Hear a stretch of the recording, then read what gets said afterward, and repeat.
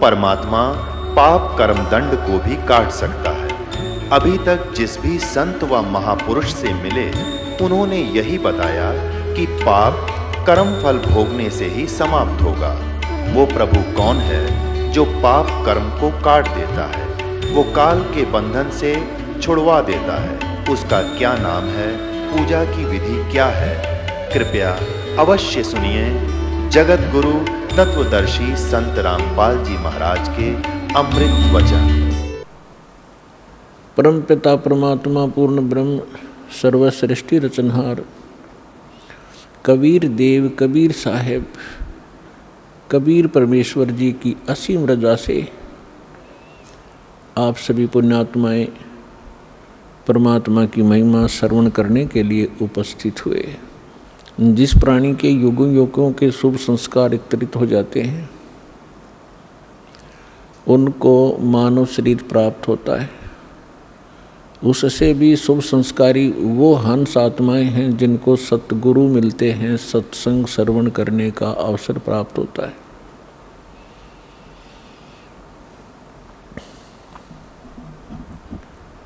पुण्यात्माओं, आज तक हमें परमात्मा की ABC का भी ज्ञान नहीं था।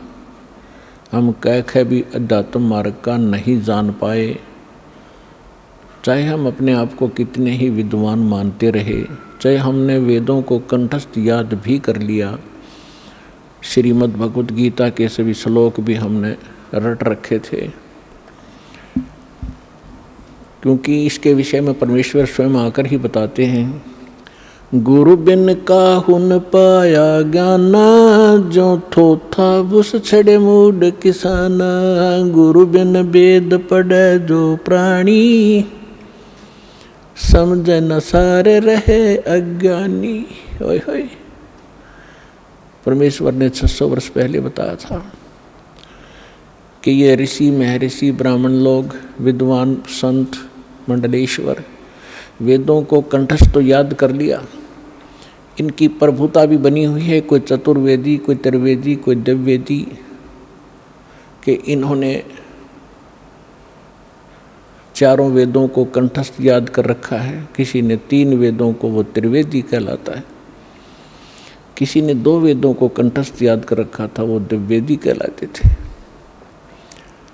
अपने आत्माओं, यहाँ परमात्मा कहते हैं कि प्रत्येक प्राणी, प्रत्येक आत्मा, जब से वो परमात्मा कहते हैं मेरे से बिछड़ी है, उसी के तुरंत बाद इसको एहसास हो गया है कि हमसे गलती हो चुकी है और हमारी कोई अनमोल वस्तु हमसे छीनी जा चुकी है और उसके बगैर हम रह नहीं सकते, उसके बगैर हम सुखी नहीं हो सकते। उसको अब हम परमात्मा कहते हैं। तो जिस कारण से इस आत्मा ने उस वस्तु को पाने के लिए एक भरसक प्रयत्न किया और अभी तक वो सशक्त प्रयत्न जारी है। उसके लिए उन्होंने जंगलों में जाना, राज त्याग देना भी उचित समझा। शरीर नष्ट हो जाए, गल जाए, तपस्या कर करके उन्होंने भगवान पाना ही चाहा पर नहीं मिला। उन्होंने चारों वेदों को कंठस्थ याद कर लिया, पढ़ने लगे थे परमात्मा को खोजने के लिए। फिर वो याद हो गए, क्योंकि पहले शांत स्वभाव के लोग होते थे, वर्तमान की हाहाकार नहीं थी। बार बार के रिपीटेशन से, आवर्ती से ये कंठस्थ हो जाते हैं। तो उन्होंने चारों वेदों को याद कर लिया और कोई भी कहीं बोलता तो वो तुरंत उसके अध्याय और मंत्र को तुरंत सुना देता, जिस कारण से वो प्रभुता प्राप्त हो गए।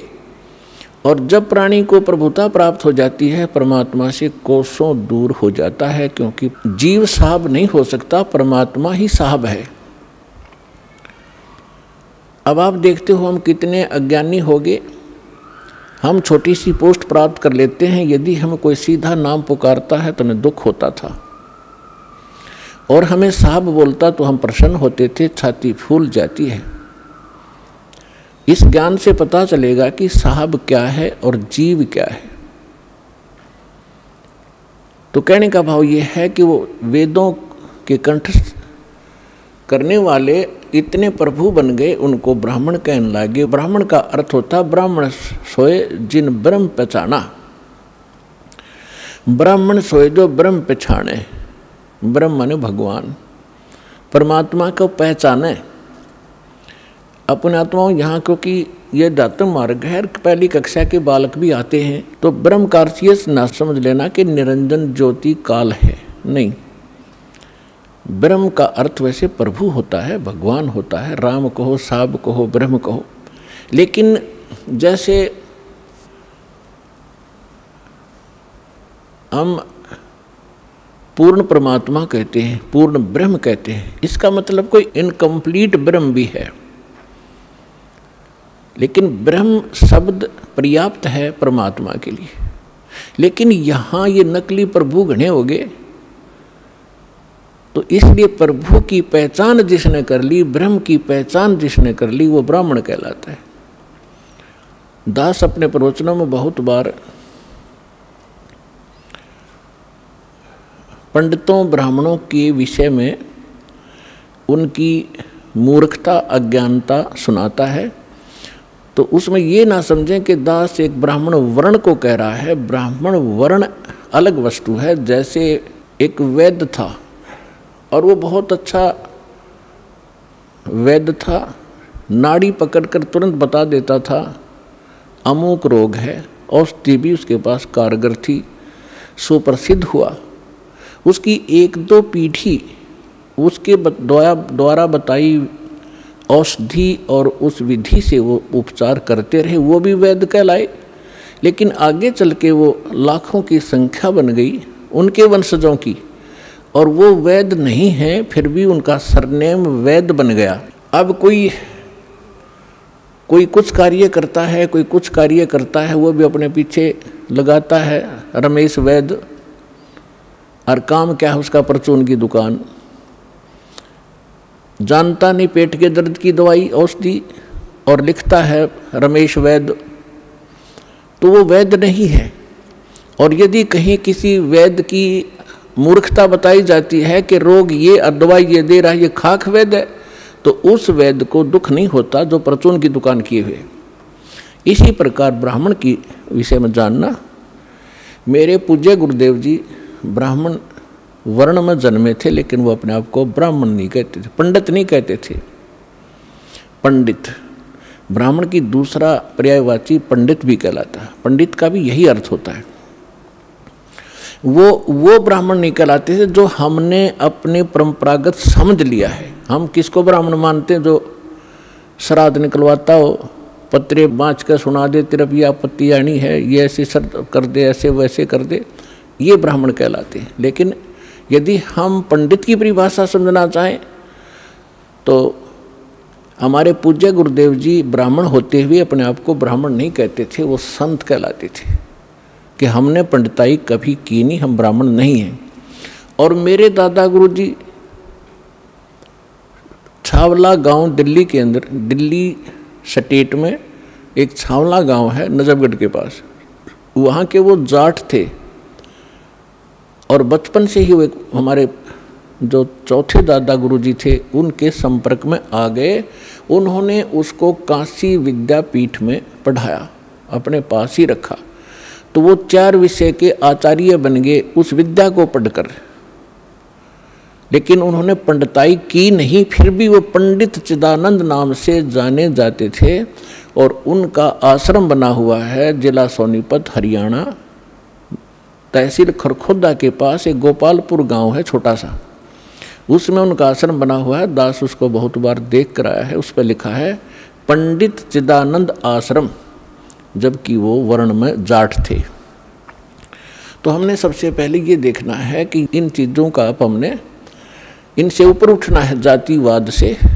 हमारी क्या जाति है? जीव हमारी जाति है, और मानव धर्म हमारा हिंदू मुस्लिम सिख ईसाई, कोई धर्म नहीं है न्यारा।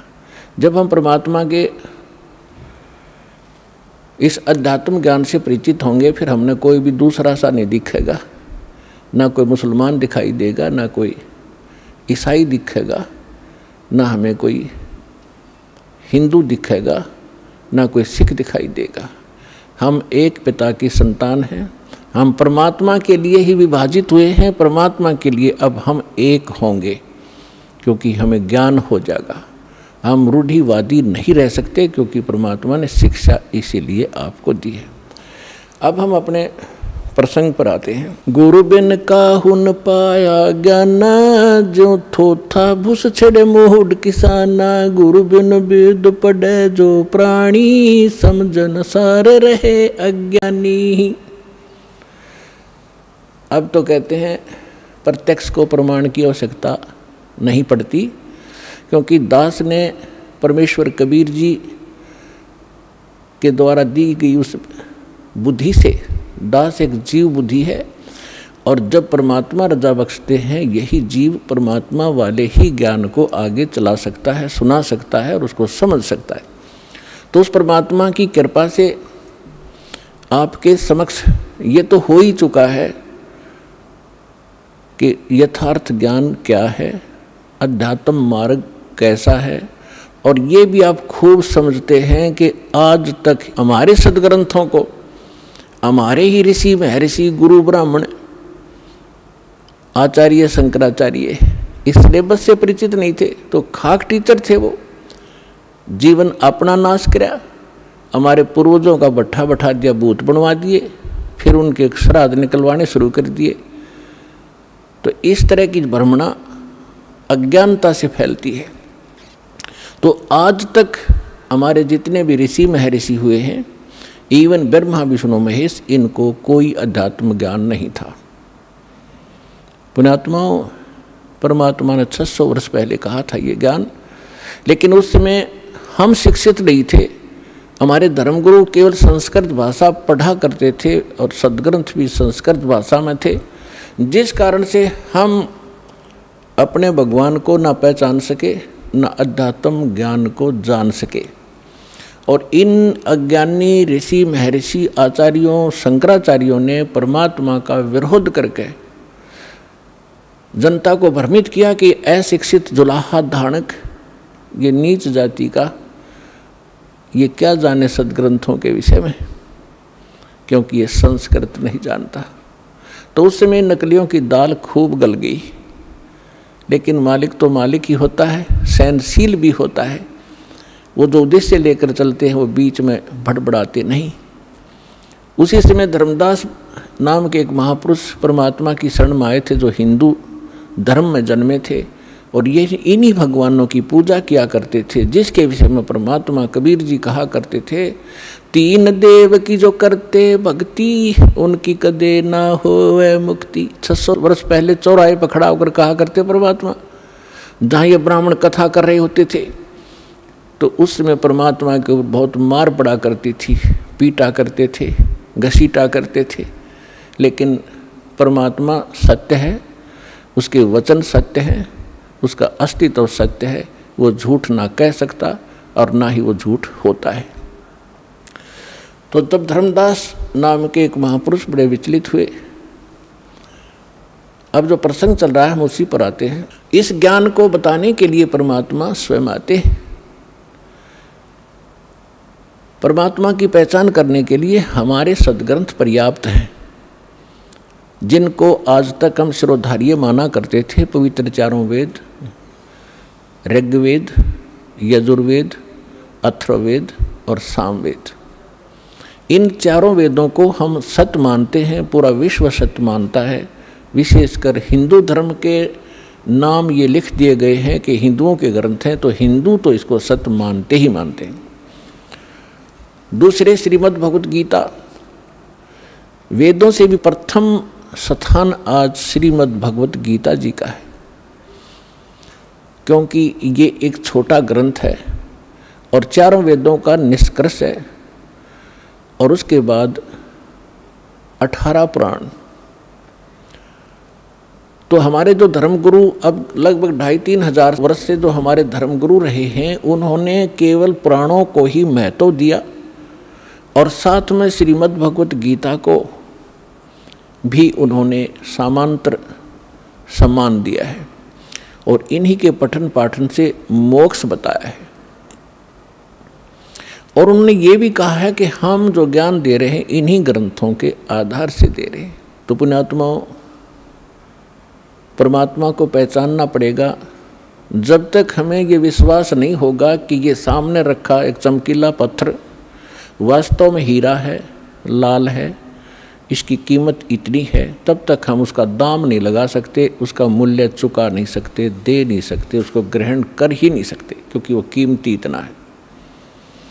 इसी प्रकार जब तक हम परमात्मा को नहीं पहचानेंगे और हमें दृढ़ विश्वास नहीं होगा कि सचमुच ये है भगवान, तो तब तक हम दृढ़ नहीं होंगे, उसकी कीमत दे नहीं सकेंगे, अर्थात हम उसको प्राप्त नहीं कर सकते। तो उसके लिए हमने सबसे पहले हमने ये जानना होगा, दृढ़ निश्चय करना होगा कि जिस परमात्मा को हम प्राप्त करने के लिए प्रयत्न करेंगे उसके लिए जो भी कीमत हमने देनी पड़ेगी वो देंगे, तो वास्तव में वो परमात्मा है भी कि नहीं। तो उसकी पहचान के लिए हमने कोई आधार बनाने पड़ेंगे। उसके लिए आधार क्या है? सर्वप्रथम हमारे सद्ग्रंथ। वैसे तो सर्वप्रथम हम मानते हैं प्रत्यक्ष दृष्टा को, लेकिन फिर भी हम अपने उस थ्योरी को हम नकारा नहीं कर सकते जिसको आज तक श्रोधार्य मानते रहे और सत्य मानते रहे। तो हम पहले थ्योरी फिर प्रैक्टिकल दोनों से हम सिद्ध कर लेंगे कि सचमुच कौन है परमात्मा। तो इसके लिए हमने सबसे पहले अपने सद्ग्रंथों की थ्योरी को देखेंगे कि उनमें क्या लिखा है, और फिर प्रैक्टिकल। जब दोनों एक जैसा रिजल्ट देंगे तो ही इज गॉड, वो परमात्मा है। तो पुण्यात्माओं, श्रीमद् भगवत गीता अध्याय नंबर 4 के श्लोक नंबर 32 में 32 में कहा है कि अर्जुन, मैंने अभी आपको अध्याय नंबर 4 के श्लोक नंबर 25 से लेकर 30 तक जिन साधकों और साधनाओं की जानकारी दी है, और वो साधक चाहे कोई देवी देवताओं को पूजता है, उसी को सत्य मानता है, पापनाशक जानता है, कोई स्वाध्याय करता है, कोई तीक्ष्ण अहिंसावादी व्रत ही करके मुंह पर पट्टी बांध गए नंगे पैरों घूम कर अपनी साधना को सही मान रहा है। चौथे अध्याय के 32वें श्लोक में कहा है कि इन यज्ञों माने धार्मिक अनुष्ठानों की जानकारी ब्रह्मणे मुखे सच्चिदानंद घन ब्रह्म ने अपने मुख कमल से बोली है। पुण्यात्माओं, दास ने एक शब्द बोला था, गुरु बिन काहुन पाया ज्ञाना, जो थो था भुस छिड़े मूड किसाना, गुरु बिन वेद पढ़े जो प्राणी, समझन सार रहे अज्ञानी। श्रीमद् भगवत गीता चारों वेदों का निष्कर्ष है। चौथे अध्याय के 32वें श्लोक में यहाँ एक ब्रह्मणे मुखे शब्द है। इस ब्रह्मणे मुखे शब्द का हमारे अनुवादकर्ताओं ने इस दास से पहले जो अनुवाद दास ने किया है गहरी नज़र गीता में एक पुस्तक बनाई है, यानी उसका अनुवाद समझो श्रीमद् भगवत गीता का अनुवाद है, उसका नाम लिखा है गहरी नज़र गीता में। इससे पहले जितने महापुरुषों के आप अनुवाद उठाकर देखोगे उसमें क्या लिख रखा है, वेद की वाणी में ब्रह्मणे मुखे का अर्थ किया है वेद की वाणी। और इन्हीं अनुवादकर्ताओं ने 17वें अध्याय के 23वें श्लोक में इसी ब्रह्मणे का अर्थ किया है सच्चिदानंद घन ब्रह्म। वो यथार्थ अनुवाद है, वो सही अर्थ है। यहाँ ये विचलित हो गए, तो ये विद्वान नहीं थे, इसलिए इन्होंने अनुवादों का अड़ंगा कर दिया। अपनी ओछी सोच से अर्थ भी अनर्थ कर दिए। ब्रह्म का अर्थ भगवान होता है, तो ब्रह्म का अर्थ कोई वेद करता है तो महामूर्ख है। वेद एक सिद्धांत है, संविधान है, भगवान की जानकारी देता है, उसके नियम बताता है, और ब्रह्म भगवान है। जैसे एक राजा है, राजा का संविधान है, वो उसके नियमों का, उसके अंदर उसके सारे नियम लिखे हुए हैं, कैसे एक प्रजा को रहना चाहिए, क्या अपराध है, कैसा ना करना चाहिए। और कहीं पर कोई राजा का अर्थ और संविधान लिख दे तो वो अर्थ ठीक नहीं कर रहा, अनर्थ कर रहा है। इसी प्रकार यहाँ ब्रह्मणे माने सच्चिदानंद घन ब्रह्म, और मुखे अपने मुख कमल से बोली गई वाणी में विस्तार से कहे हैं। सच्चिदानंद घन ब्रह्म ने अपने मुख कमल से बोली उस अमृत वाणी में उन धार्मिक युगों की जानकारी, अनुष्ठानों की जानकारी विस्तार के साथ कही है, और उसको तत्व ज्ञान कहते हैं। और उसको जानने के बाद तो सभी कर्मों से मुक्त हो जाएगा। अब गीता ज्ञान दाता कौन है? ये ब्रह्म है। जैसे दास ने शब्द सबसे पहले ये बोला था कि ब्रह्म शब्द पर्याप्त है, लेकिन ब्रह्म का अर्थ भगवान कहो, साब कहो, राम कहो, तो ये सत्संग एक ऐसा जटिल समस्या बन गई, यो अध्यात्म मार्ग, कि दास यदि किसी पॉइंट को कच्चा छोड़ के आगे चलेगा तो प्रथम बार सुन रहा भक्त कुछ नहीं समझ पाएगा। इसलिए एक ये सामूहिक लेक्चर दिया जाता है आध्यात्मिक टीचर होने के नाते, तो उसमें ये ध्यान रखा जाता है कि शायद प्रथम कक्षा के बच्चे भी आए जो पहली बार दीक्षा लेने आए, और किसी के वैसे कहने से वैसे भी श्रोता बन कराते। तो ये इसलिए यहाँ थोड़ा सा डिफाइन करेंगे। जैसे साहब कहो, ब्रह्म कहो, राम कहो, गॉड कहो, अल्लाह कहो, खुदा कहो, ईश कहो, ब्रह्म कहो। अब जैसे एक तहसीलदार भी साहब है, प्रभु है, स्वामी है अपने विभाग का। ऐसे ही आगे चले, हम थोड़े शॉर्ट में बताऊंगा। जैसे डिप्टी कमिश्नर भी साहब है, मंत्री भी साहब है, मुख्यमंत्री भी साहब है। आप अंडरस्टूड, आपको खूब समझते हो आप कि ये साहब कितने सतर के हैं। और प्रधानमंत्री भी साहब कहलाते हैं, और राष्ट्रपति जी भी साहब ही कहलाते हैं। तो इसे समझ लेना। तो ये इसलिए ब्रह्म, अब जैसे मुख्यमंत्री जी हैं, ये एक क्षेत्र के मालिक हैं, स्वामी हैं, ये पूर्ण स्वामी नहीं है, पूरे भारत के स्वामी नहीं है। इसी प्रकार यहाँ जो ब्रह्म शब्द है, ये ब्रह्म है 21 ब्रह्मांड का स्वामी।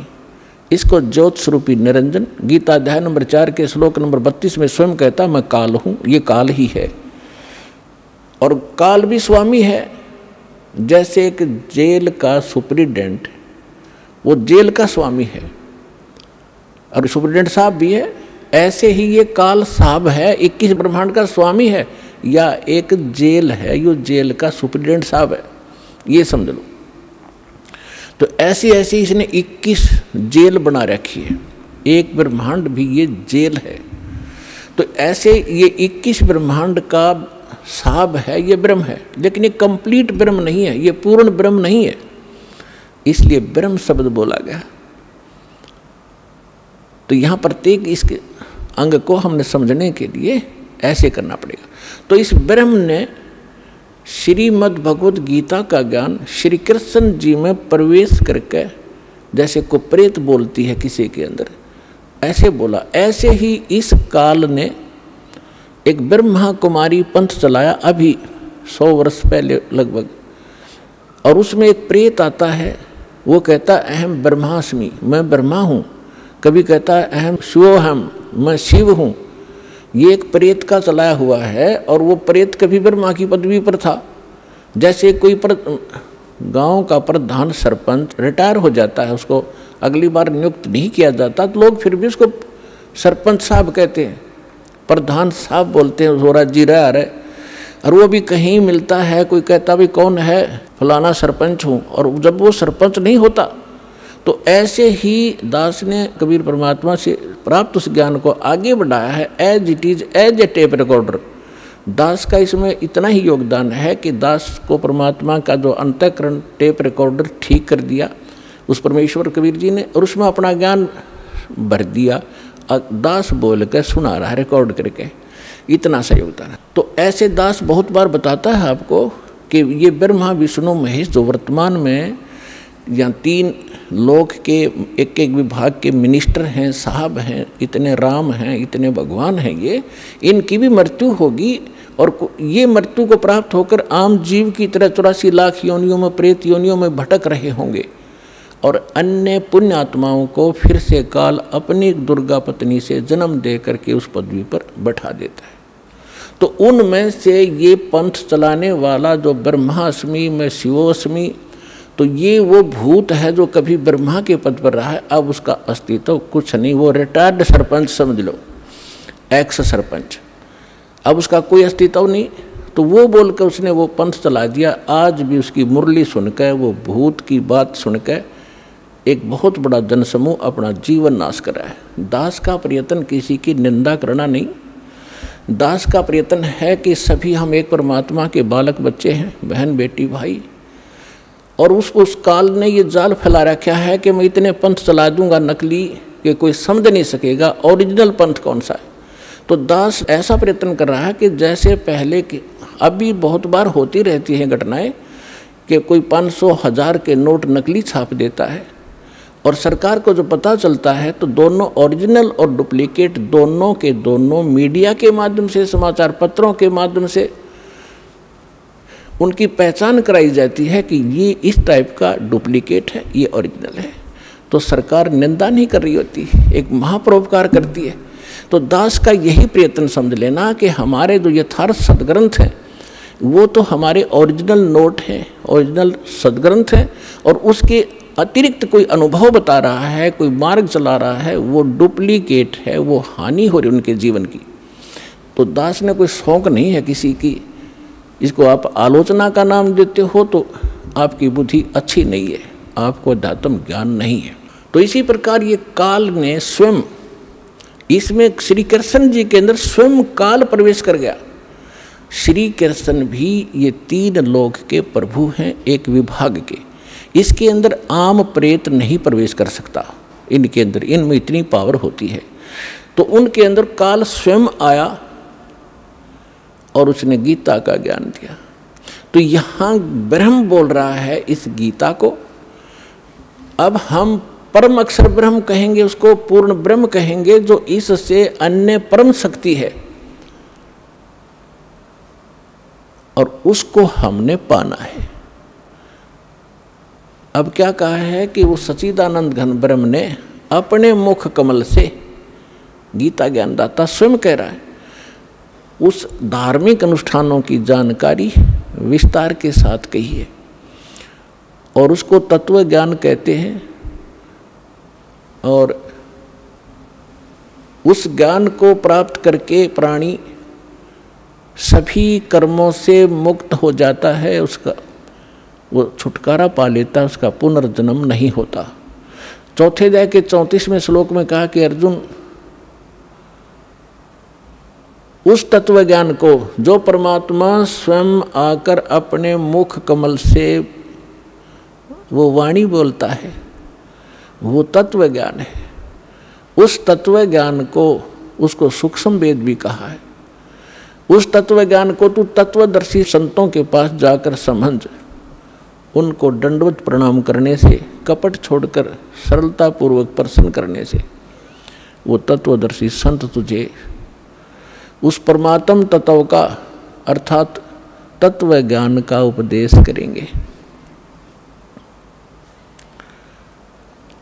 अब 15वें अध्याय के प्रथम मंत्र में उस तत्वदर्शी संत की पहचान भी बता दी है कि जो संत उल्टे लटके हुए संसार रूपी वृक्ष के, ये संसार रूपी वृक्ष है अर्जुन, ऊपर को जड़ है वो तो पूर्ण परमात्मा है, पूर्ण ब्रह्म है, जिस तो सबका धारण पोषण करता है। 15वें अध्याय के 1 से लेकर 4 श्लोक में और 16-17 श्लोक में 3 पुरुष, 3 भगवान, 3 ब्रह्म स्पष्ट किए हैं। सरपुरुष कहो, सरब्रह्म कहो, ये तो काल है। सर माने नासवान, ये 21 ब्रह्मांड का स्वामी, ये सरब्रह्म है। और दूसरा अक्षर ब्रह्म, अक्षर पुरुष कहो, चाहे प्रभु कहो, स्वामी कहो, राम कहो, ब्रह्म कहो, ये 7 शंख ब्रह्मांड का स्वामी है। इसकी आयु बहुत लंबी है, लेकिन इसकी भी मृत्यु है, इसलिए इसको भी अक्षर पुरुष कहा है, ये चिरस्थायी है। और फिर तीसरे नंबर का जो परमात्मा है, परम अक्षर ब्रह्म कहलाता है, वो बताया उत्तम पुरुषत्व अन्य, जो 17वें श्लोक में कहा 15वें अध्याय के, उत्तम पुरुषत्व अन्य परमात्मा इति उदाहरता। ये लोग तरम अविश्य विवर्ती अवैश्वर है, वो परमात्मा इन दोनों से अन्य है जो 15वें अध्याय के 16वें श्लोक में सरपुरुष और अक्षर पुरुष कहे हैं। इनसे कोई अन्य है वो परमात्मा जो सबका धारण पोषण करता तीनों लोकों में प्रवेश करके। तो 15वें अध्याय के प्रथम श्लोक में बताया कि ऊपर को जड़ और नीचे को शाखा वाला ये उल्टा लटका हुआ संसार रूपी पीपल का वृक्ष समझो, एक फॉर एग्जाम्पल दिया है। और जो संत इसके सभी विभाग बता दे न्यारे न्यारे भिन्न भिन्न सवेदवित, वह वेद के तात्पर्य को जानने वाला है, वह वेद का ज्ञाता है, वो तत्वदर्शी संत है। तो पुण्यात्माओं 600 वर्ष पहले परमात्मा स्वयं आए थे, जैसा उनका विधान है कि वो स्वयं आकर अपने मुख कमल से उस तत्व ज्ञान का प्रचार करते हैं जो हमारे नकली धर्मगुरुओं ने, डुप्लीकेटों ने रिजेक्ट करके कूड़े की टोकरी में डाल रखा था, धानक जुलाहा कह के, उसकी वाणी झूठी कह के। आज दास को परमात्मा ने जोरी बनाया, उस लाल को परखा और उसको कूड़े की टोकरी से उठाकर आज सिद्ध कर दिया कि Kabir is God, Kabir is God, Kabir is complete God.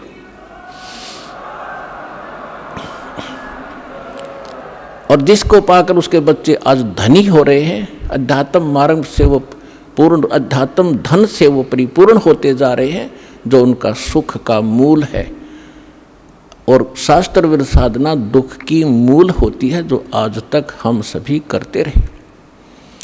अब जो प्रसंग चल रहा है उसी पर आते हैं कि परमात्मा ने 600 वर्ष पहले आकर कहा था, अक्षर पुरुष एक पेड़ है, निरंजन वाकी डारे, तीनों देवा शाखा है, भाई पात रूप संसारे। अक्षर पुरुष एक पेड़ है, सरपुरुष वाकी डार, और तीनों देवा उसके आगे शाखा हैं, ये पात रूप संसार। अब आपको बहुत बार उल्टा लटका हुआ संसार रूपी वृक्ष का एक चित्र बनाया है, वो दिखाया है। तो परमात्मा ने मूल को छोड़ दिया, जो जमीन से बाहर दिखाई देता वो सारे पार्ट बता दिए। तना उसको अक्षर पुरुष समझो, उससे तने से मोटी डाहर निकले उसको सरपुरुष, और सरपुरुष के आगे फिर वो 3 शाखाएं हों, रजगुण ब्रह्मा सतगुण विष्णु तमगुण शिव जी, ये शाखा समझो, इतना बता दिया। और पात रूप संसार। फिर इस दास को भेजा ये बताने के लिए कि मूल कौन है। ये जड़ वही है जो सबका धारण पोषण करता है, सबका उत्पन्न करने वाला है, सबका संरक्षक है, जो सर्व सुखदायी है, जो परम अक्षर ब्रह्म, जो अविनाशी परमात्मा है, वो वही है। कौन? अब दास ने बताया कि इसमें परमात्मा को पहचानने में दोनों पहलू काम करेंगे।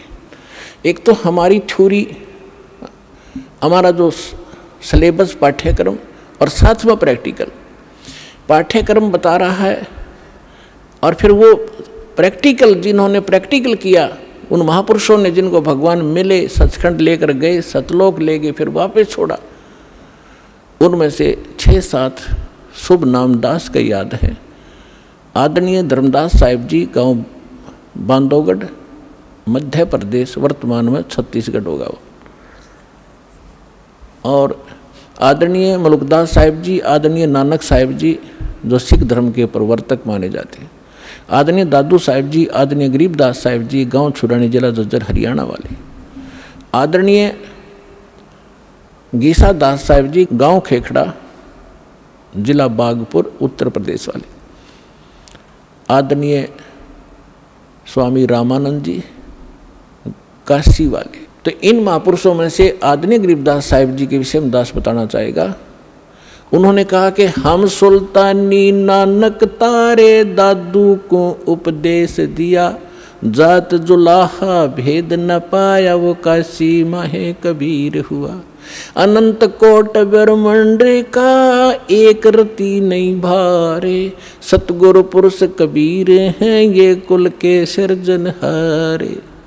तो वो जड़ है उस संसार रूपी वृक्ष के, वो कबीर है। कबीर परमात्मा कौन? उसको परम अक्षर ब्रह्म कहो, उसको सत्य पुरुष कहो, अमर पुरुष कहो, उसे परम पुरुष कहो, उसे परम अक्षर ब्रह्म कहो, उसे परम अक्षर पुरुष कहो। ये उनके उपमात्मक नाम है। वास्तविक नाम उस परमात्मा का कबीर देव है। उसको अल्लाहु अकबर कहो, कबीर देव कबीर साहब, अल्लाहु अकबर कबीर भगवान, अल्लाह माने भगवान, अकबर अकबरी, अकबीर कबीर, ये कबीर को ही अपभ्रंश करके अकबर बोलते हैं। जैसे हम कबीरू बोल देते हैं, कबीरा बोला करते थे। जैसे गरीबदास जी को गांव वाले गरीबू कहा करते थे। तो ऐसे हम अपभ्रंश करके अपने नाम रख लेते हैं। उनका वास्तविक नाम है कबीर देव, अल्लाहु अकबर, अल्लाह कबीर, गॉड कबीर। अब जो प्रसंग चल रहा था उसी पर आते हैं कि वो परमात्मा स्वयं यहाँ आते हैं। अब इसमें दोनों पहलू साथ चलेंगे कि जिनको भगवान मिले उन्होंने प्रैक्टिकल किया, और जो हमारे सदग्रंथ आज तक हमें ज्ञान दे रहे थे, हमारे धर्मगुरु समझ नहीं सके, वो हमारा दुर्भाग्य और उनका भी दुर्भाग्य कहेंगे, क्योंकि वो उनकी बुद्धि काल के वश थी। अब हम सतगुरु शरण में आ गए तो हमारे ऊपर काल की जकड़ नहीं रही, इसलिए आप इस ज्ञान को समझ रहे हो। जिस दिन आपका नाम खंड हो जाएगा, यहाँ से कनेक्शन कट गया, परमात्मा का पंजा आपसे उठ जाएगा, आपको यही शब्द कड़वे लगने लग जाएंगे, और ये हमारे यहाँ भक्त भी आपको बुरे बुरे दिखाई देंगे, क्योंकि काल प्रवेश कर जाएगा, आपकी बुद्धि को भ्रष्ट कर देता है। आज तक ब्रह्मा विष्णु महेश की गांठ बांध रखी, इसने चक्कर बांध रखा, समझने नहीं दिया। आपकी क्या औकात, आप इस मालिक की शरण से दूर होकर आप सुखी हो जाओगे। जून का महीना हो और एसी रूम से बाहर निकल कर कोई सुखी हो सकता है? चाहे शराब पी कर चाहे निकले जा बाहर गली में पड़ा रहो, बेशक वो कहा रहो शराब के नशे में कोई बहुत सुखी हूँ, अब सुखी हूँ, खाक सुखी है, रेत में पड़ा पसीने आए पड़े, झागा रहे मुख में। तो ऐसी दशा उन लोगों की जो भगवान से दूर हटकर इस काल के खेमे में खेल खेल रहे हैं। चाहे वो भक्ति कर रहे हैं, वो भक्ति भी नकली, या संसारिक सुख प्राप्त करने के लिए वो को प्रयास कर रहे हैं, क्योंकि इस काल की साधना से सुख हो ही नहीं सकता। सुख होगा तो इस परमात्मा की ही रजा से, इस साधना से होगा। आदरणीय गरीबदास साहिब जी ने प्रैक्टिकल बताया कि अजब नगर में ले गए हमको सतगुरु आने, अजब नगर में ले गए हमको परमेश्वर आने। आन माने आके, अजब नगर में ऐसे अजब कमाल के लोक में लेकर गए भगवान मुझे खुद आकर के, और जल के बिंब अगाध गति हम सूते चादर ताड़े। अजब नगर में ले गए हमको सतगुरु आण, यानी वो सतगुरु भी हैं, वो भगवान भी हैं। जो सतगुरु होता है, सच्चा ज्ञान जो देता है भगवान ही देता है, भगवान ही सच्चा ज्ञान दे सकता है। तो उनको सीधे भगवान मिले थे, सतगुरु कहो चाहे परमेश्वर कहो। अजब नगर में ले गए हमको परमेश्वर आने, आन माने आके, ये हमारी देसी भाषा हरियाणा की लैंग्वेज में लिखा ग्रंथ है। और जल के बिंब अगाध गति वहाँ सूते चादर तान, चादर तान के सोना, यानी कति निश्चिंत हो जाना, बेफिक्र होकर सोना। एक मुहारा है यहाँ देसी कि अच्छा चादर तान के सोए है, सारे काम कर लिए। तो इस तरह कहते हम तो निश्चिंत हो गए कि साधना हमारी सत्य भगवान मिल गए, आँखों सतलोक देख लिया, सत्य साधना करते रहेंगे, गलती हम करें नहीं, हम निश्चिंत हो गए। हमारे अंदर कोई अब शंका नहीं रही कौन भगवान है और क्या उसको प्राप्त करने का मेथड है, वो सब कंप्लीट प्राप्त हो गया, आँखों देखा। तो दास आपको इतना ही दृढ़ करना चाहता है। देखो, माता पिता अपनी बिटिया का विवाह करते हैं तो वो जाकर लड़के वाले का घर भी देखते हैं, उसकी प्रॉपर्टी से भी परिचित होते हैं, अन्य थर्ड पर्सन से भी पूछते हैं। फिर वो आकर घर बताते हैं कि हम जो लड़का देख कर आए हैं उसके ये बिजनेस है, उसके ये व्यापार है, इतनी उसको प्रॉपर्टी है। तो लड़की को कोई डाउट नहीं होता क्योंकि पिता बता रहा है। थर्ड पर्सन कहे तो शायद शंका हो जाए। तो इसी प्रकार उस परम पिता ने आके आपको ज्ञान दिया है कि जहाँ तुम जाओगे वहाँ क्या क्या सुख सुविधाएं हैं, तो आपको डाउट नहीं रहना चाहिए। और फिर साथ के साथ अपने गवाह भी तैयार कर रखे। अब लड़की न्यू कह कि मैं जाकर देख कर आऊँगी, तो वह भी एक का बात है, देखा पिताजी झूठ नहीं बोल रहे। तो इसी प्रकार आप जी ने एक नेक भक्त का भी आचरण एक दिखाना है कि जो दास बोल रहा है वो किसी डूम भाट के गीत नहीं है, गॉड गिवन स्पिरिचुअल नॉलेज है, एच इट इज, जो भगवान ने बताया। और जिन महापुरुषों को भगवान मिले उनने जो का तो सेकंड किया, हमारे सदग्रंथ बता रहे। अब आपको श्रीमद् भगवद गीता से परिचित कराया, और विशेषकर हिंदू समाज तो जो भगवान की तरफ में पहले से ही लगे हैं, तो उन्होंने तो गीता का पाठ रोज कर ही रखा तकरीबन। दास एक बार 2003 के अंदर उदयपुर के अंदर सत्संग कर रहे थे, थोड़ी सी संगत होती थी, और हमारे पास एक प्रोजेक्टर सिस्टम हमने किया था, और टीवी पर दास दिखा रहा था, बता रहा था। एक बहन सुन रही थी, उसमें प्रोजेक्टर सिस्टम नहीं था, केवल टीवी ही पर हम दिखा रहे थे। टीवी पर थोड़ी बहुत दूर दिखा करते, थोड़े आदमी बैठा करते। उसके तुरंत बाद हमने प्रोजेक्टर ले लिया था भक्तों ने। तो सत्संग कर रहा था, उसमें बताया सारा कुछ, गीता को दिखाया। फिर मैं नीचे आकर एक चारपाई डली थी, उस पर बैठ गया। 10-20 भगत, कुछ शंका समाधान वाले, कुछ दीक्षा के इच्छुक आकर बैठ गए। तो एक बहन कहने लगी, जी मैं तो व्रत करती हूँ, शुक्रवार का मैं छोड़ूंगी नहीं। मैंने कहा, बहन आप गीता को मानते हो? कहा, गीता डेली पढ़ती हूँ। मैंने कहा, 6 अध्याय के 16वें श्लोक में गीता जी में लिखा है कि अर्जुन, ना तो ये साधना, ये योग अधिक खाने वाले की सफल हो सकती, और ना बिल्कुल न खाने वाले की, बिल्कुल ना खाना, व्रत रखना।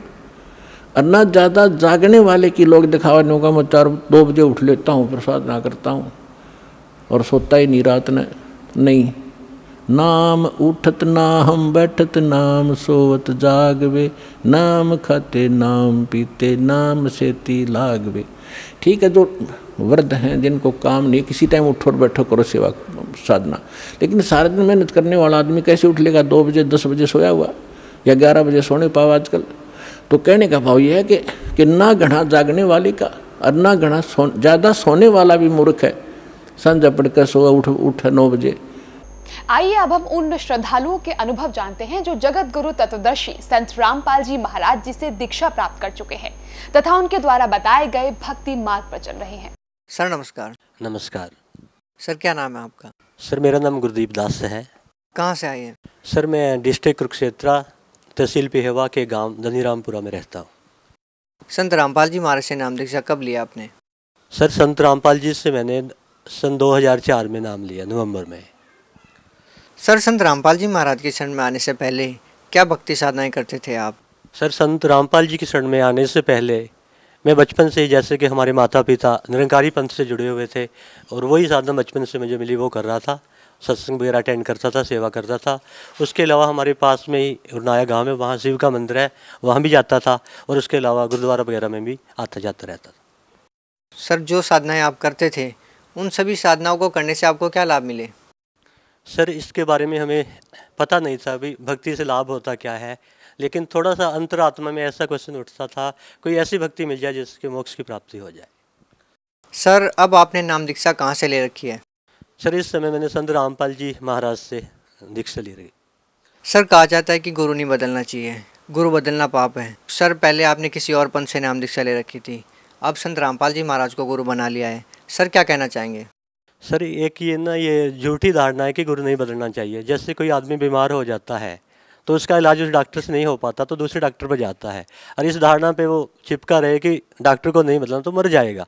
इसी प्रकार ये मोक्ष का मार्ग है, और इस मोक्ष के मार्ग पर हमें पता लग रहा है कि वहाँ मोक्ष नहीं हो सकता, तो हमें गुरु बदल लेना चाहिए। सर, हम आपसे ये जानना चाहेंगे कि संत रामपाल जी महाराज के शरण में कैसे आए आप? सर, संत रामपाल जी की शरण में परमात्मा की कृपा से ही मैं आया। सर, बचपन में मेरी अंतरात्मा में ऐसा क्वेश्चन उठता जो पवित्र शास्त्र गीता जी है, इसमें कोई ऐसा ज्ञान है जिससे मोक्ष हो सकता है। जैसे 8वीं में 10वीं क्लास में पढ़ता था स्टूडेंट लाइफ में, तो मेरे मन में आता था कि गीता जी में कोई ऐसा रहस्य है जिससे मोक्ष की प्राप्ति हो सकती है। और परमात्मा की कृपा से ही हमारे गुरुदेव संत रामपाल जी की लिखी हुई एक पुस्तक गहरी नज़र गीता में हमें प्राप्त हुई। उसमें जब पढ़ा तो देखा जो हम निरंकारी पंथ में कर रहे हैं उससे टैली नहीं करता वो भक्ति। तो इसलिए थोड़ा स्टंट भी हुए, अलर्ट हुए भी ये भक्ति तो मोक्ष नहीं दे सकती। तो हमने संत रामपाल जी की शरण को ग्रहण किया।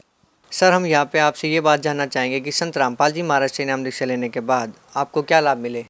सर संत रामपाल जी की शरण में आने के बाद हमें सैकड़ों लाभ हुए। अगर आपको बताना शुरू करूँगा तो शायद इतना टाइम नहीं आप दे पाओगे, लेकिन जो मेन में लाभ मैं आपको बताता हूँ। सबसे पहला लाभ तो ये हुआ कि मुझे नौकरी मिली, जिसकी कि मुझे आस नहीं थी कि मुझे नौकरी मिलेगी। आज परमात्मा ने मुझको UHB में असिस्टेंट इंजीनियर बनाया है, ये परमात्मा की कृपा से है। दूसरा लाभ ये हुआ मुझे सर कि मेरी मैरिज 2000 में हुई थी।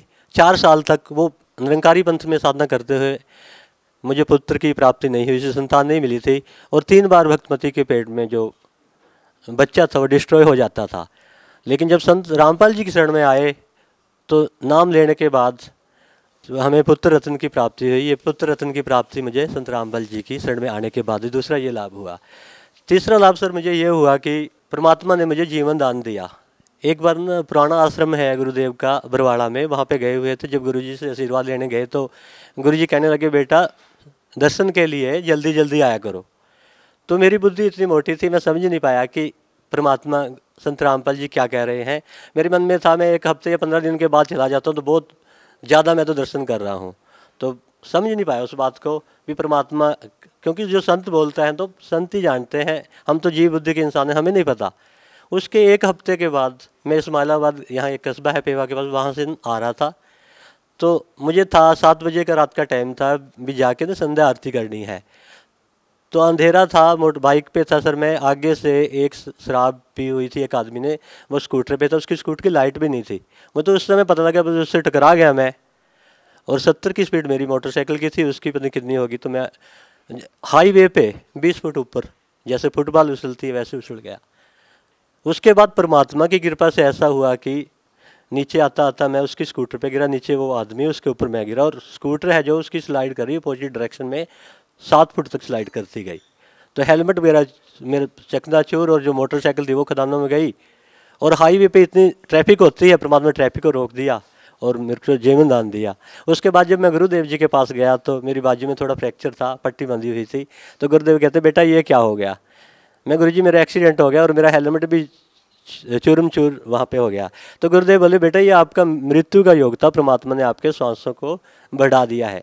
जैसे कि वेदों में बोला है ना, वो परमात्मा अपने जो सतभक्ति करते थे 3 मंत्रों की, उनके वायु संख्यान वर्धन, उनके वायु अपने उस सखा के सांसों को बढ़ा देता। मेरे साथ ऐसा ही हुआ। तो चौथा लाभ भगत जी मुझे ये प्राप्त हुआ परमात्मा की शरण में आने के बाद कि मेरे पेट में एक पथरी थी, उसका बहुत ज़्यादा दर्द होता था, सहन नहीं कर पाता, मैं रोता था। तो एक भगत था हमारे पास, रामदास भक्त, वो कहने लगा अगर भक्तों के दर्द होगा तो ऐसा तो नहीं हो सकता। हम डॉक्टर के पास गए अल्ट्रासाउंड कराने के लिए, डॉक्टर भी 45 मिनट लगा रहा, वो भी नहीं खोज पाया भी क्या चीज़ है। उसके बाद आज तक 5 साल होने के मुझे कोई पेट का दर्द नहीं हुआ। परमात्मा की शरण में आने के बाद एक मेरे साथ और घटना जो घटी, हमारे घर में, हमारे आंगन में एक अमरूद का वृक्ष था, सारा सूख चुका था। उसकी एक टहनी बिल्कुल थोड़ी सी जिसमें 10 पत्ते थे वो हरी थी। तो उधर गुरुजी का सत्संग मैं सुन रहा था, जीवा दत्ता का, जो कि भ्रूंज शहर में गुजरात के रहते थे।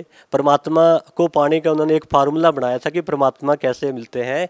भी ये फार्मूला बनाया था भी ये सूखी टहनी जो मैंने धरती में गाड़ दी है ना, जिस परमात्मा की शरणामत से ये सूखी टहनी हरी हो जाएगी वो परमात्मा होगा। तो मेरे मन में आया परमात्मा तो आज भी वही है जो उस समय था, तो इस अमरूद को पे भी कृपा कर दो, मैं इसके अमरूद होंगे ना आपकी शरण में लेके आऊँगा।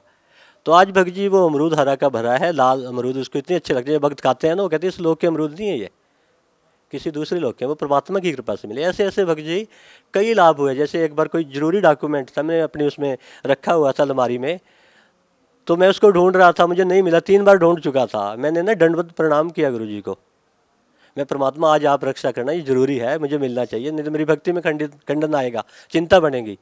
तो तीसरी बार जब अलमारी को खोला, परमात्मा ने उस फाइल को सबसे ऊपर रख दिया। 3 बार प्राप्त करने से प्रयास नहीं मिला, चौथी बार परमात्मा की कृपा से सबसे ऊपर मिला। ऐसे ऐसे हजारों चमत्कार परमात्मा कर चुका है। सर, हिंदुस्तान में बहुत सारे धर्मगुरु हैं, संत रामपाल जी महाराज से नाम दीक्षा क्यों लिया आपने? सर, ये क्वेश्चन आपने काफ़ी महत्वपूर्ण पूछा। गुरु तो बहुत हैं, लेकिन हमें आज तक गुरु जी के बारे में पता नहीं था भी असली गुरु कौन होता है और नकली कौन होता है। किसी भी गुरु को परखने के लिए कोई कसौटी होती है, कोई मापदंड होता है जिस पे उस गुरु को परख सकते हैं। आज तक हमें ज्ञान नहीं था, धार्मिक गुरुओं के शरण में तो गए हुए थे, लेकिन हमें ज्ञान नहीं था कि गुरु को परखना कैसे होता है। गुरु जी संत रामपाल जी के शरण में आने के बाद हमें पता लगा भी सच्चा गुरु क्या होता है। जैसे कि गीता जी के 16वें अध्याय में बताया है असली गुरु के बारे में, कहता है अर्जुन, जो शास्त्र विधियों को त्याग कर भक्ति में मनमाना आचरण करता है, ना उनको कोई सुख, ना कोई सिद्धि, ना कोई परम गति। इसलिए भक्ति में तेरा क्या कर्तव्य है, क्या अकर्तव्य है, इसके लिए शास्त्र प्रमाण है, और तो शास्त्र विहित ही कर्म कर। तो अब हमें पता लगा हम तो शास्त्रों से बाहर चल रहे थे। तो ये ज्ञान शास्त्रों के अनुसार आज संसार में कोई नहीं दे रहा। एक तो ये कारण है कि गुरु जी के शरण में आया। फिर उसके बाद जो मंत्र बताए गीता जी के 7वें अध्याय के 23वें श्लोक में, ओम तत्सत इति निर्देशे ब्रह्मणे त्रिविधि स्मृत है ब्रह्मण तेन वेदा च यज्ञ च विहिता पुरा। भी परमात्मा की प्राप्ति के लिए 3 ही मंत्रों का निर्देश है, ओम तत्व सत। जैसे गुरुदेव संत रामपाल जी ने बताया कि ओम तो खुला मंत्र है, तत्व सत कोड में है। आज वर्ल्ड में कोई भी ऐसा गुरु नहीं है कि तत्व सत को बता सके। ओम लेवल तक का भी कोई संत नहीं जिसको पूरी नॉलेज हो कि ओम की भक्ति के साथ क्या टर्म कंडीशन लागू होती हैं, कैसे किया जाता है। 5 तरह के यज्ञ चलते हैं। तो गीता जी में बताया गया है कि ओम मंत्र जिस परमात्मा का मंत्र है, वहाँ से तो भक्ति की शुरुआत है, आरंभ करनी है। आज ये जितने भी ये संत महात्मा है, कोई भी ओम की भक्ति नहीं दे रहा। तो इसलिए संत रामपाल जी के शरण में आया। ऐसे ऐसे और भी कारण, जैसे गीता जी के 4 अध्याय के 34 श्लोक में बताया है, तत्विधि प्राणी पेतन परिप्रश्न ज्ञानी ज्ञानम तत्वदर्शिनीम उपदेशयंती। मोक्ष का मार्ग तो तुझे तत्वदर्शी संत के पास ही मिलेगा, उससे विधि पूछना। तो जितने भी ये संत थे, अगर ये पूर्ण संत होते तो तत्वदर्शी संत अपने नाम के साथ लिखवाते। अब कोई मेडिकल स्टोर की दुकान है तो मेडिकल स्टोर तो उसके ऊपर लिखा होगा ना। अगर डॉक्टर की दुकान तो डॉक्टर लिखेगा, किराने की दुकान तो किराना लिखेगा। जिस संत के पास ये भक्ति विधि थी वही तो लिख सकता। आज तक किसी भी संत ने तत्वदर्शी संत नहीं लिखा। तो ये गुरु वही गुरु हैं जो 4 अध्याय के 34 श्लोक में लिखा है, तत्वदर्शी संत। तो गुरु जी पहली बार इस कलयुग में जहाँ तक है भी अपने नाम के साथ तत्वदर्शी संत लिख रहे हैं, इसलिए संत रामपाल जी के शरण में हम आ गए। सर, कुछ लोगों की धारणाएं हैं कि संत रामपाल जी महाराज सभी धर्मगुरुओं की निंदा करते हैं। सर, क्या कहना चाहेंगे? सर, उनको इस चीज़ का ज्ञान नहीं कि गुरु जी निंदा कर रहे हैं या परोपकार कर रहे हैं। अब कोई आदमी सच्चाई बोलता है, अगर अज्ञानता के कारण उसको निंदा कहता है तो उसका दुर्भाग्य है। निंदा किसको कहते हैं इसकी डेफिनेशन लोगों को नहीं पता। जैसे कोई स्कूल में टीचर पढ़ा रहा है, उसने न्यूमेरिकल जैसे गुरुदेव बताते हैं गलत कर दिया, दूसरा टीचर उसी समय पर आ जाता, वो देखता है कि इसने गलत किया हुआ है, तो उस टीचर का क्या फर्ज बनता है, अभी आपने ये गलत किया है, प्लीज़ सेट इट राइट। अगर वो टीचर उस समय चुप रहता है तो वो पाप कर रहा है। लेकिन गुरु जी जो ये संत जितना भी भक्ति मार्ग बता चुके हैं उसको टैली कर रहे हैं सदग्रंथों से, वेदों से, कुरान शरीफ से, और ऐसे संत जिन्होंने परमात्मा को पाया उनके ज्ञान से। और इनका ज्ञान उनके साथ टैली नहीं होता। गुरु जी इनको लताड़ रहे हैं, आपकी भक्ति मार्ग सही नहीं है, तो इनको टैली तो कर लेना चाहिए ना। अगर ठीक है तो इसका जवाब दें, क्यों नहीं दे रही है। लेकिन ये भोले वाले जो हमारे भक्त आत्मा है उनको ये ऐसे भरमा देते हैं कि ये संत निंदा करता। वास्तव में ये संत निंदा नहीं कर रहे, ये सच्चाई बोल रहे हैं। और सच्चाई कड़वी होती है नीम की तरह, जो इसको खा गया ना उसके रोग दूर हो जाते हैं। सर, आप पेशे से इंजीनियर हैं। अब बरवाला जितनी बड़ी घटना हुई है, संत रामपाल जी महाराज जेल में है। सर, संत रामपाल जी महाराज के प्रति अब आपका भाव कैसा है? कहते भक्ति भाव बादो नदीस सभी चले गहराए, सरता सोई जानिए जेठ मास ठहराए। ये हम भक्त समाज का गुरु संत रामपाल जी के जो शिष्य हैं उनके लिए जेठ मास है। इसमें जो ज्ञान गुरु जी ने दिया ना उससे हमारा भाव और भी ज़्यादा बढ़ गया है। ये परमात्मा है संत रामपाल जी, इनको अंदर करके ये भूल कर रहे हैं बहुत। ये देश के लिए भी बहुत बड़ा दुर्भाग्य है कि एक ऐसे संत को जो गीता जी के अनुसार, जो वेदों के अनुसार भक्ति कर रहा है, उसको अंदर कर दिया। ये इन लोगों का दुर्भाग्य है। इनको समझ, सभी बुद्धिजीवी हैं जैसे हमारे देश के लोग हैं, बहुत विद्वान हैं, इनको देखना चाहिए कि किसी के भरमाने से कोई फैसला नहीं लेना चाहिए। दोनों पक्षों को सुनकर, जैसे किसी ने शिकायत की भी ऐसे ऐसे संत ये करते हैं वो करते हैं, तो हमारे आदरणीय जो प्रधानमंत्री मोदी साहब हैं, सीएम खट्टर साहब हैं, उनको विचार करना चाहिए था। संत रामपाल जी के पक्ष को भी सुनना चाहिए। सभी ऐसा कह रहे हैं क्या है, उसके बाद जो ये कर देते हैं पॉलिटिकल जो ने प्रोपेगेंडा किया है इस ज्ञान को दबाने के लिए। क्या परमात्मा के ज्ञान को कोई दबा पाया आज तक? हिरण्यकश्यप ने कोशिश की थी प्रहलाद को दबाने की, जब उसका जुल्म बढ़ गया तो उसके पेट को फाड़ दिया गया था। सर आप लोगों को धर्मशास्त्रों के बारे में इतनी गहरी रुचि कैसे है? सर ये सारा ज्ञान गुरु संत रामपाल जी की कृपा से प्राप्त हुआ, उनका दिया हुआ ज्ञान हम बता रहे हैं। जैसे गुरु जी बताते हैं कि हमारे पवित्र चारों वेदों में, गीता जी में नहीं, गुरु ग्रंथ साहब में भी, जैसे गीता जी में बताया आपका मोक्ष 3 मंत्रों से होगा, इसी प्रकार साम वेद के 822 नंबर पेज पे भी लिखा है, मनीषी भी कबीर परिकोष है आशीष दत्त त्रितस्य नाम है। जो परमात्मा जब धरती पर आते हैं ना, जीवात्मा के उद्धार के लिए 3 नाम देते हैं। जो क्या करते हैं, जनन शरणिंद्र से वायु संख्यान वर्धन, उसको जन्म और मृत्यु के रोग से निकाल देते हैं, उसको पवित्र करते हैं और उसको सतलोक ले जाते हैं। यही बात सतगुरुदेव ने हमें बताई कि कुरान शरीफ में भी लिखी हुई है, सूरत फुरकानी सूरा नंबर 42 आयत नंबर 1 में एन सीन कप, ये 3 मंत्र हैं। यही बात गुरु ग्रंथ साहब पवित्र शास्त्र में बोली गई है 1328 नंबर पृष्ठ पे, पवित्र गुरु ग्रंथ साहब के, अग्नि बिंब पवंदी बाणी 3 नाम दे दासा, ते तस्कर जो नाम न लियो मर मर पचे 50। तो ये संत गुरु जी का जो नाम है, गुरुदेव ने जो हमें दिया है, वो नाम ऑथेंटिक है। तो जो भक्त समाज आज आप जैसे कहते पढ़े लिखे नहीं हैं, उनके बच्चे घर में पढ़े लिखे हैं, उनके बताने से उनको इस मार्ग को समझकर भक्ति के मार्ग पर लग जाना चाहिए, जिससे उनका भी उद्धार हो और जो पढ़े लिखे हैं उन सब का उद्धार हो। सर जो साधक आज भी संत रामपाल जी महाराज से जुड़ना चाहते हैं, वो संत रामपाल जी महाराज से कैसे जुड़ सकते हैं? सर जो लोग संत रामपाल जी से जुड़ना चाहते हैं, आज टीवी चैनल पे आजकल गुरुदेव के सत्संग आ रहे हैं, उनके नीचे पीले येलो कलर की पट्टी आती है, उसमें मोबाइल नंबर होते हैं, उन पर संपर्क करके आप जैसे जिला वाइज सतगुरु जी ने नामदान देने का आदेश दिया, वहाँ पे जाके अपना उद्धार करवा सकते हैं भक्तात्मा। सर संत रामपाल जी महाराज से नाम दीक्षा लेने के लिए कितने पैसे देने होंगे? सर इसके लिए कोई पैसा नहीं देना पड़ता, ये तो लोग वैसे अफवाह उड़ाते हैं। हम जब नाम लिए था कोई पैसा नहीं लिया गया, उल्टा वहाँ से अच्छा खाना मिलता है रहने के लिए और स्नान के लिए, और अच्छा खाना मिलता है, कोई पैसा नहीं लिया जाता। ये तो लोग वैसे एक तरह की अफवाह उड़ाते हैं, ऐसा कुछ नहीं है, सच्चाई है, वहाँ कोई पैसा नहीं लिया जाता। सर सतलोक आश्रम बरवाला के बारे में आप क्या कहना चाहेंगे? सतलोक आश्रम बरवाला पूरी धरती पर एक बहुत अच्छा स्थान है, जहाँ के परमात्मा की भक्ति की शुरुआत इस कलयुग में हुई है और परमात्मा वास्तविक स्थान दे रहे हैं। ऐसा पवित्र स्थान मेरे अंदाजे में तो पूरे विश्व में कहीं भी नहीं है। सर भगत समाज को क्या संदेश देना चाहेंगे? सर भक्त समाज को संदेश तो नहीं, करबद्ध होकर हम प्रार्थना ही कर सकते हैं कि आज तक जितने भी हमारे हिंदुस्तान में इस कलयुग में संत हैं, किसी को भी परमात्मा के बारे में नॉलेज नहीं, परमात्मा कौन है जिसका ऑथेंटिक प्रूफ ये दे सकें। जबकि गीता जी के 8वें अध्याय के 9वें श्लोक में लिखा है, कवियम पुराणम अति सीताराम अचिंत्य वर्णन आदित्य वर्णन प्रशस्ते। वो परमात्मा जब यहाँ धरती पर आता है तो एक कवि का रोल करता है, उस परमात्मा की भक्ति करनी चाहिए और इसी बात का समर्थन हमारे वेद भी करते हैं। जैसे कि साम वेद में, हमारे ऋग्वेद में मंडल नंबर 9 में उसकी मंत्र नंबर 16 में बताया गया है, कबीर गिरबी काव्ये न कबीर संत सो में पवित्रम अतियेति रेबन।